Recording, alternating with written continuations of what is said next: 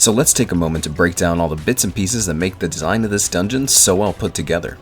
Firstly, the mechanics of this dungeon are probably the most diverse out of all of the Endwalker MSQ dungeons, and because of this, it almost feels like it's a skill checkpoint for players.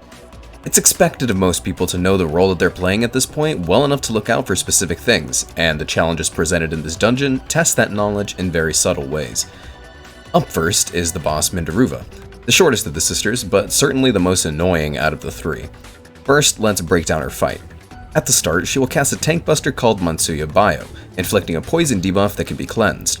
Next, she will jump from the tank towards the edge of the circular arena with her back towards the exit, proceeding to cast all three of her subsequent spells, Mansuya Blizzard, Thunder, Fire, and Bio 3, each showing which response is needed from the players.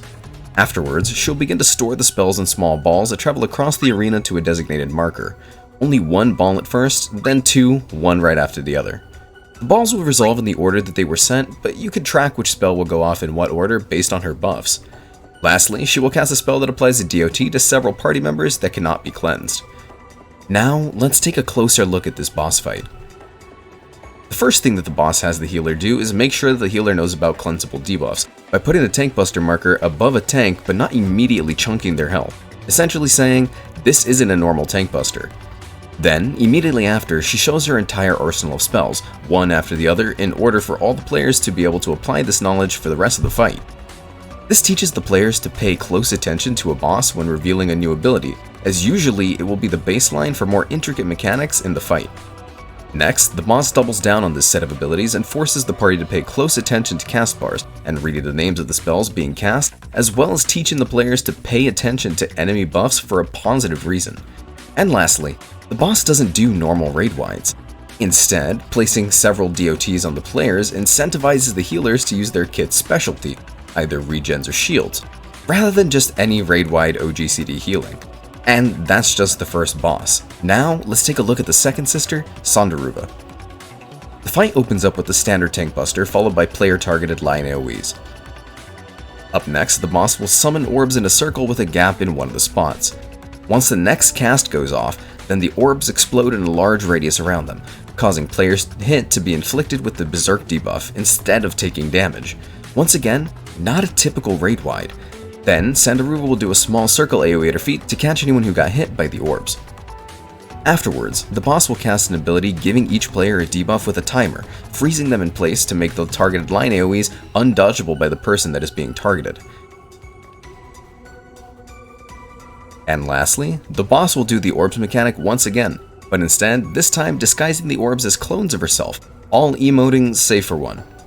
Now, once again, let's take a closer look at this boss fight. The first mechanic is a simple tank buster, mitigate accordingly. The second mechanic presents the players with a challenge where the entire arena, except for one small spot, is full of AoEs. This is not uncommon in raid settings, as there will usually be one very small spot to dodge mechanics. Then, in its second form with the clones, the mechanic challenges players to take a quick read of their surroundings and quickly react to a relatively small change. Another neat tidbit here is that the floor AoE that comes afterwards is the perfect distance for max melee range, something that you're almost always going to be wanting to look out for in those high-end raid content. Then, as we take a look at the line AoEs, we see the mechanic teaching the players to watch the positioning of their allies, as well as making them pay attention to their own debuff timers and react accordingly. Now, let's take a look at the last fight, which, in all honesty, is just as hard as some previous expansion's primals.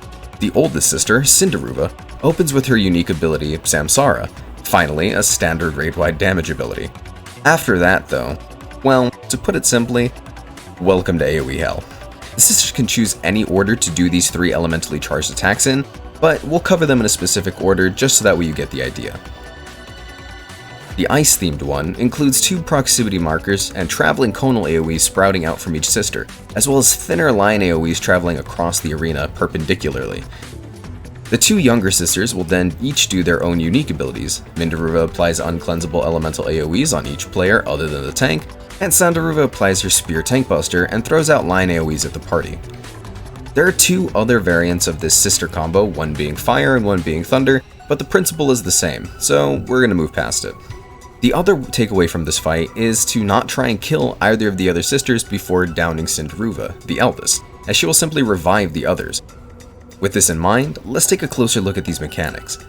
Each of the sisters' boss mechanics are represented or reused here, teaching players that in multi-boss content, there might be times where similar mechanics might be used in conjunction with new ones. This is most easily seen in the final boss of the Evilise Alliance raids, as she summons bosses from previous fights in the series to use their signature abilities. Next, the sister combo attacks all force the players to quickly react to only small spots of safety in the middle of flashy mechanics going off. Then, depending on what element of the three choices, whether to stack or spread away from one another.